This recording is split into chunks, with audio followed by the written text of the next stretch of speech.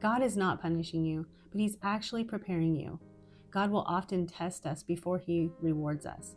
And these tests will probably go unnoticed. Like we're not going to get a warning. We're not going to get a heads up that, hey, this is a test coming. They just start happening, and until we start noticing and wonder, like, hey, what in the world is going on? Think about Joseph in the Bible. He was given that dream by God, and it wasn't for several years till he saw it come to pass. And he had to suffer many things. He's locked up in prison, falsely accused of things, and just basically felt abandoned by his family and probably by God, because this didn't look like what God had told him.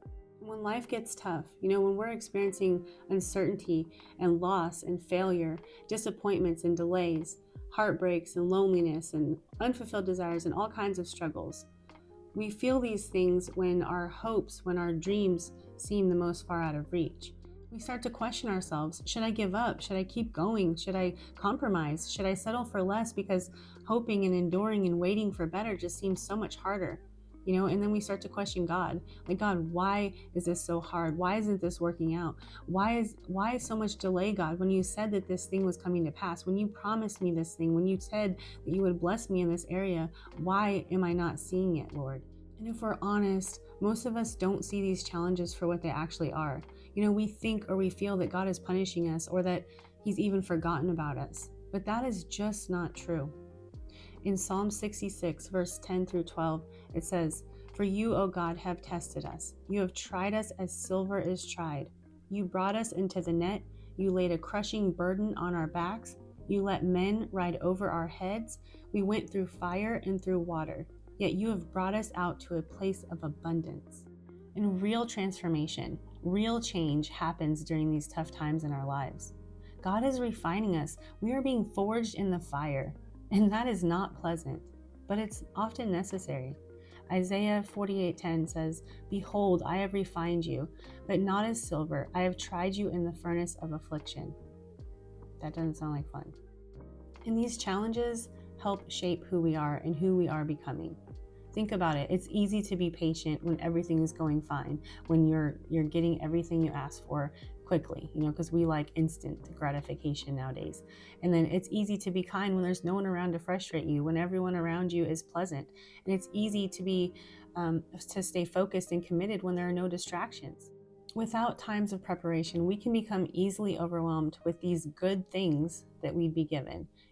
A good thing without being prepared for it can easily turn into something that's a headache or a hardship to endure. Another struggle that was something that was meant for good is actually going to turn out for harm because you weren't prepared to handle it, and that leaves us vulnerable. It leaves us in a place of being easily hurt and, just more impatience. We don't learn patience this way. We don't learn perseverance. We don't learn endurance because we skipped that process. We tried to fast forward through it. We tried to receive without going through the necessary things to make us ready to receive, okay? And Theodore Roosevelt said, "Nothing in the world is worth having or worth doing unless it means effort, pain, and difficulty." That means preparation. I'm sure most of you know that we don't just accidentally find success, but we have to work to get there. We have to overcome challenges to get there. It takes dedication and real effort to be successful. It's not just going to be freely given to you like God's grace and mercy, okay? But before God will greatly bless us, He's going to test us. His word tells us that. And in Luke 16:10 it says, "Whoever can be trusted with very little can also be trusted with much. And whoever is dishonest with very little will also be dishonest with much." So be faithful in the face of adversity. God wants to shape your character into that of Christ and strengthen your spiritual gifts. So the testing is not to hurt you, but to transform you into someone who is not just ready to receive the blessings, but someone who can steward them well.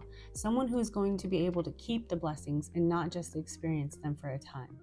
So instead, ask yourself, can I be patient enough to grow? Can I trust God that the hardships that I have to endure are not punishment, but they're actually opportunities for that growth? And can I endure the suffering without becoming bitter or resentful towards God and others? Because the way that you answer those questions will tell you if you're ready for more or not. And then, if you're willing to persevere through the hills and the valleys, mostly valleys, to get to the mountaintop. In Zechariah 13:9 it says, "And I will put this third into the fire, and refine them as one refines silver, and test them as gold is tested. They will call upon my name, and I will answer them. I will say, they are my people, and they will say, the Lord is my God." And during difficult times, guys, we have to be willing to sacrifice our short-term comforts, while keeping in mind the goal, the blessing, that something far greater is coming. We just have to be prepared for it, because God doesn't give us average blessings. He doesn't give us average gifts, but he gives us big, grand, awesome things that we have to be prepared for, mentally, physically, spiritually, emotionally, all the things. Okay, so we don't fumble God's gifts, so we can be good stewards. He can say, "Well done, my good and faithful servant. You've been faithful in little, here is much." Okay, so keep your heart right towards God too. Don't think that the hardships, the suffering, the tests and the trials are his punishment, because they're not. He loves you. It's because he loves you that he doesn't leave us where we are. Okay, it's because he loves us that he prepares us, that he gives us these opportunities for this growth. Okay, and so lean in closer to him, draw in close, and seek him for your comfort, for your peace, for your strength, because he is all of those things. He's your refuge, and he's a very present help in trouble. He's the only way that we can truly be overcomers. We can see lasting success, lasting results in this world. Okay, everything else is fleeting, it's fading away, it's vanishing like the grass, it's withering away. All right, but he doesn't. He stays the same. He's the same yesterday, today, and tomorrow, forever. Okay, all right, I got off track here. What was I going to say? Anyways, these things, the trials and the tests, they are for your good. They are helping you grow in resilience and in commitment, and grow your faith. Our faith cannot be tested. Our faith needs to be tested, but we can't grow in faith without facing some trials, without facing opposition. It needs to be, it's like a muscle. It needs to be stretched. It needs to face that opposition. Okay, so don't get mad at God. Embrace it. We can get through these things far easier when we receive the preparation rather than resist it. Okay, so I hope that this has been helpful for you guys.